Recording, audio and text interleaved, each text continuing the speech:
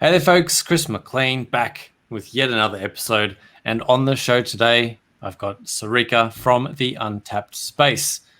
She works specifically with agency owners and the agencies to help agencies unblock their biggest pain points, namely growing predictably, aggressively, and sustainably through implementing a proven sales process that she calls Future 50. That's got longevity and ROI guaranteed. Excited to hear all about Future 50 and how Saarika can help all those agency owners out there listening. Yes, so thanks for dropping by. So take us through, how did you become a coach? So you coach and consult for. How did you decide, or how did you become a coach specifically focused on the agency sales side of things? Yeah, absolutely. So I've been in agency and client side for about 17 years. I'm originally from London. I've worked in the States and across Australia and APAC as well. And every single agency that I worked at, whether you were primarily on the client side, there was always this expectation that you would be in charge of business development and generating new business for that agency. And that expectation that the person who is the client services account lead should have the skills of a salesperson is quite a big assumption. And I think that a lot of agencies that I work with now and have worked with, we seem to fail to put in an effective process around how do we actually actively and continuously generate good quality leads. And this generally has brought me to implement what I call the Future 50. And the Future 50 for me is around finding your 50 perfect future clients. And those clients are the ones that we tactically go after. So it's not about quantity of leads. It's about deciding, you as an agency, what are you an expert at, and positioning yourself in the right manner, online, offline, in many different contexts. We always do these omni-channel experiences for our clients, but we always seem to fail to do it for ourselves. And being able to speak to that client in a way to tell them that you are an expert. And we reach out to those perfect Future 50 for agencies to help them build their pipeline. Yeah, amazing. So when you're doing that work in setting up that ideal client, that ideal future client for an agency, what does that work like? Is that coming back to value alignment? Is it coming back to vision? Does it come back to me as the owner and what I value and the type of person I want to work with, and the personality types and character types, and even I guess disc profiles and that sort of thing of who do I resonate with from that human perspective? And I guess the other aspect of that is who are just genuinely great at getting results for? Do you look at niching down sort of in terms of industry and service? So SEO for car retailers, and that's what we're expert in. Or is it really just identifying? Well, what's that sort of process of teasing that out for someone? It is a process. It definitely is a process of teasing it out because as owners of businesses, we are reluctant to say that we can't do it all. And we don't want to say no to business. But the premise is that if we think about a champagne glass and a cake tin, and you pour liquid inside the cake tin and it spreads out, it spreads out very thin, but it takes a long time to fill that cake tin. But if we focus on a champagne glass, which is narrow, and we focus on a narrow flute and filling up the champagne glass, it really is about getting quality. And when we are able to position an agency as an expert, they have the ability to then think about their pricing and being able to charge more based on the fact that they're experts within that niche. The process of getting to that point is we firstly look at the types of clients that one may have worked with or are working with at the moment. And it's important to do an assessment of what your current clients are doing for you and your business. So the first things what we look at is how creative, because creativity is the reason why most agencies are around, and how creative does your client allow you to be? Sometimes we get sucked into this vortex of just providing quotes and getting into procurement processes and tenders. So we want to still be allowed to be creative. How much kudos does that brand bring to your business? So if it's a Google or a Mercedes or a brand that everybody knows that you're proud to have on your website and speak about. The other thing is obviously profit and revenue, or anything to do with margin as well. How much do you feel that client is bringing to you? Sometimes we do work just out of the love of it, because you love the idea of working with that brand, but it's not necessarily profitable. And the most important thing, I think, is how happy your team are to work on it, because we want everyone to feel a level of happiness. And, when someone's calling your phone, are you thinking, I really don't want to deal with that person right now, versus, oh, we love that client and we're always there for them. It's a bit of a juggle. We then also do assess based on services that you offer. Now, we have a tendency to put on our websites and on our creds documents that we do all of these services. And what I want to know is, after we've listed out, 8 to 10 different kinds of services that you offer, which one of those do you feel that you are an expert at? I try to challenge my clients to pick 3, because what we're trying to do is fully understand what do you feel that you are better at than anybody else in the industry that you can talk to, and position ourselves as an expert just in that space. Yeah, that's some really interesting metrics. That creativity metric, I think, is something that, I love that you're bringing that in, because that's something that can get overlooked. So we look at the business, we look at getting money in, we look at the client, rather than how creative, how much are we able to express ourselves, how much are we able to go, here's the thing, this is what the logo needs to look like, and have the client go, great, I trust you, rather than, actually, could you make it pop a bit more? Could you make it a bit more creative? Could you make it green? Could you make it red? Which tends to happen. And the beautiful thing that you've designed ends up being some sort of Frankenstein that the client has too much input, and kind of ruins it from that creative perspective. So I love that you're baking that metric in, because that's, as you said, that's what gives your staff engagement as well, because they get to work on stuff they know they're going to be able to bring that creativity, that inspiration, and have clients go, thank you, that's exactly what we want. So I think it's a really interesting metric. And in terms of that process, so once you sort of got that feel of, this is what we're the expert at, these are the 3 things that we are the best at in the industry. If someone comes in and we do this for them, we are guaranteeing that we're going to get them results.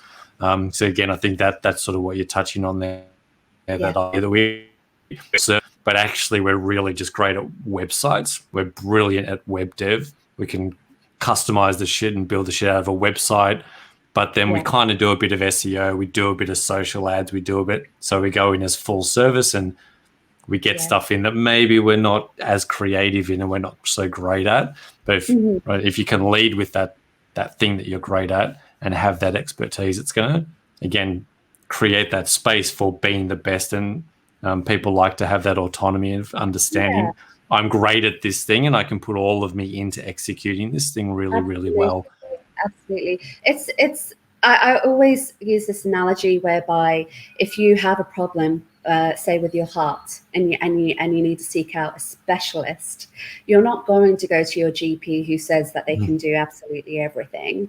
And we like to call ourselves as agencies full service or fully integrated or end to end. But actually, if we say we are specialists at this, and we can reach out to those people who would seek you out and to complete that service, you're able to then charge, like a heart surgeon would, much more, because you are a specialist just at doing that one thing really, really well. Yeah, I love that. So is that next phase when we sort of get into the point end of, right now, who I am, what I do, who I serve, I'm an expert at this thing. What's that next piece? Now I've got to go and create an offer and sell that thing, right? So what's that next piece of that puzzle look like? Yeah, absolutely. And it is a puzzle because most people find this really hard. Is taking a business that is purely focused on creativity and servicing, and being a service-led business, to then actually craft an offer, carve out an offer. And a lot of people find that really difficult to do. An offer, for me, is something that can be executed by the agency in a process that they've set up themselves. We have this tendency to go into a room with a client and workshop ideas. We workshop ideas, we feel really good, we walk away, we send them a proposal, and then we're waiting. We're waiting for them to confirm whether they liked that proposal.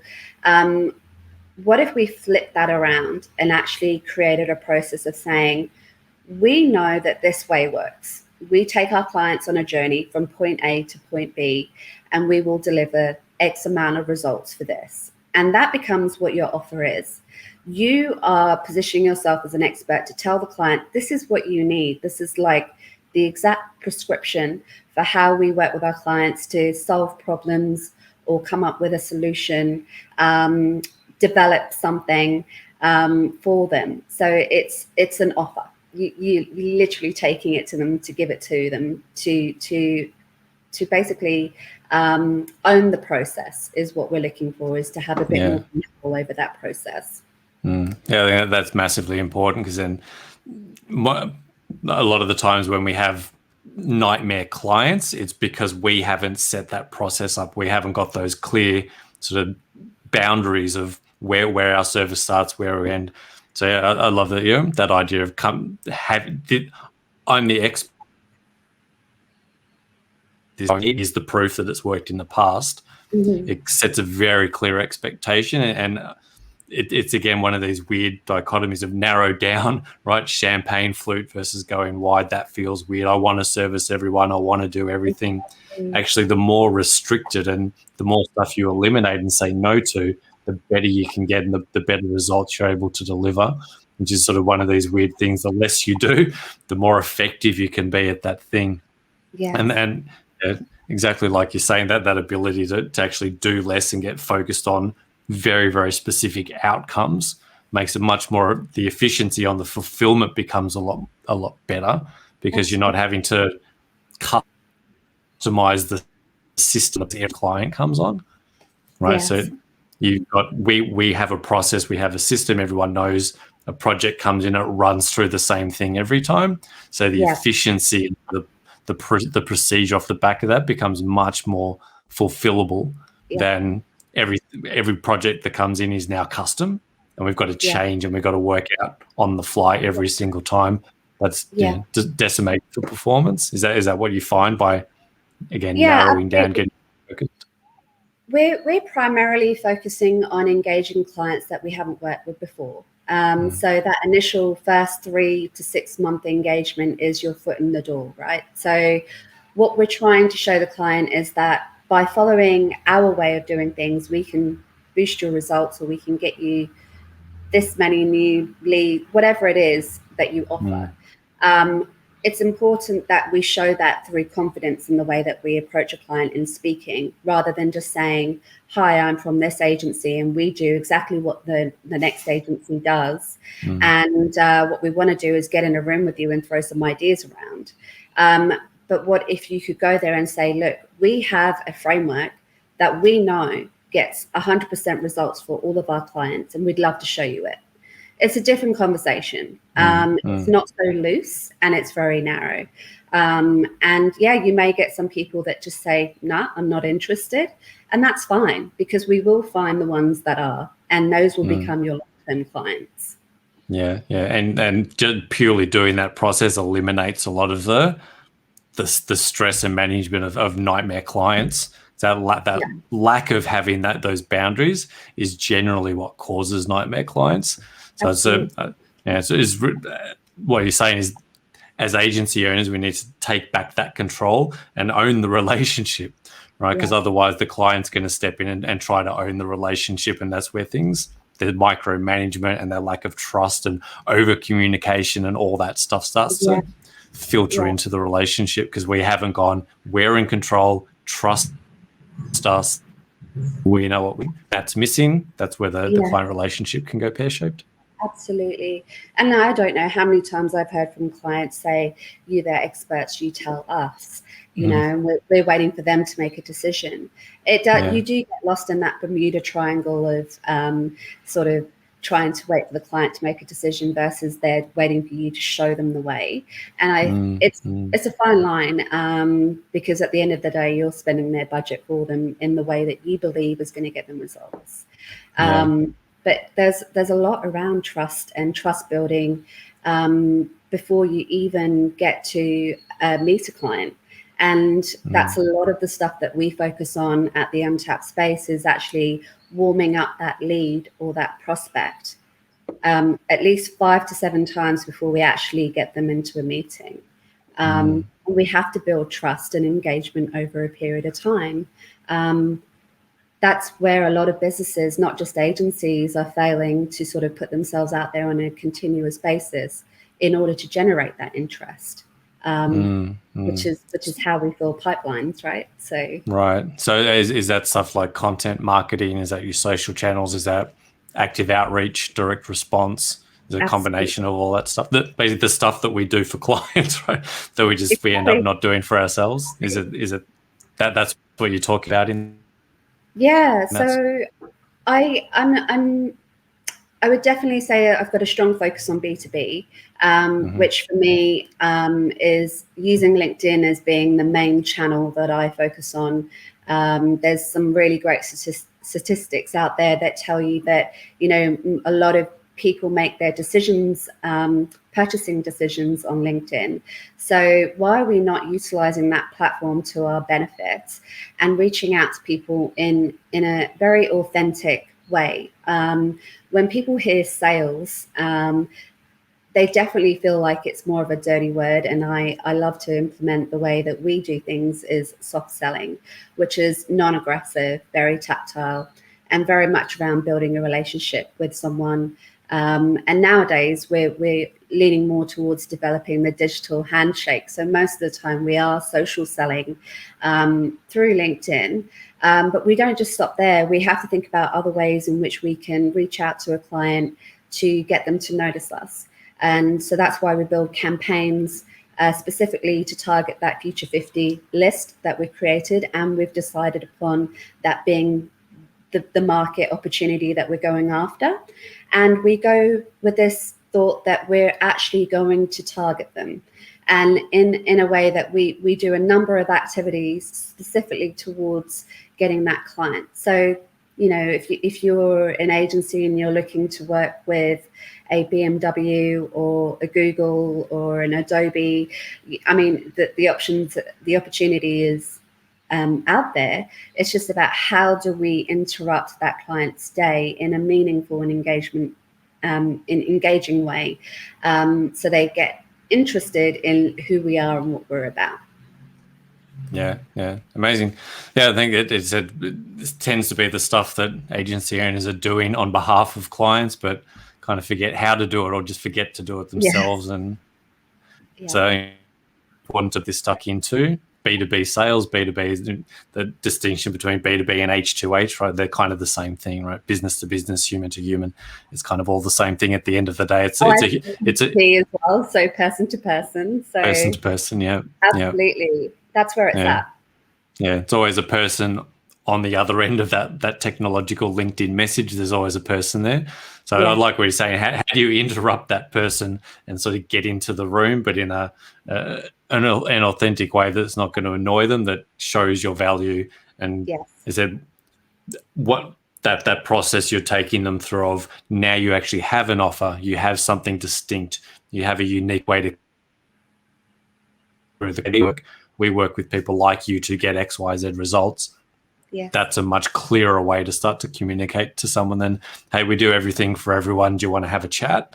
I think we can get lost in the noise rather than being very deliberate about cutting through and creating that distinction. Absolutely, absolutely. And the key here is to really, we create personas, right, for our clients, and we, analyze the market opportunity and target the market audience and create content for that.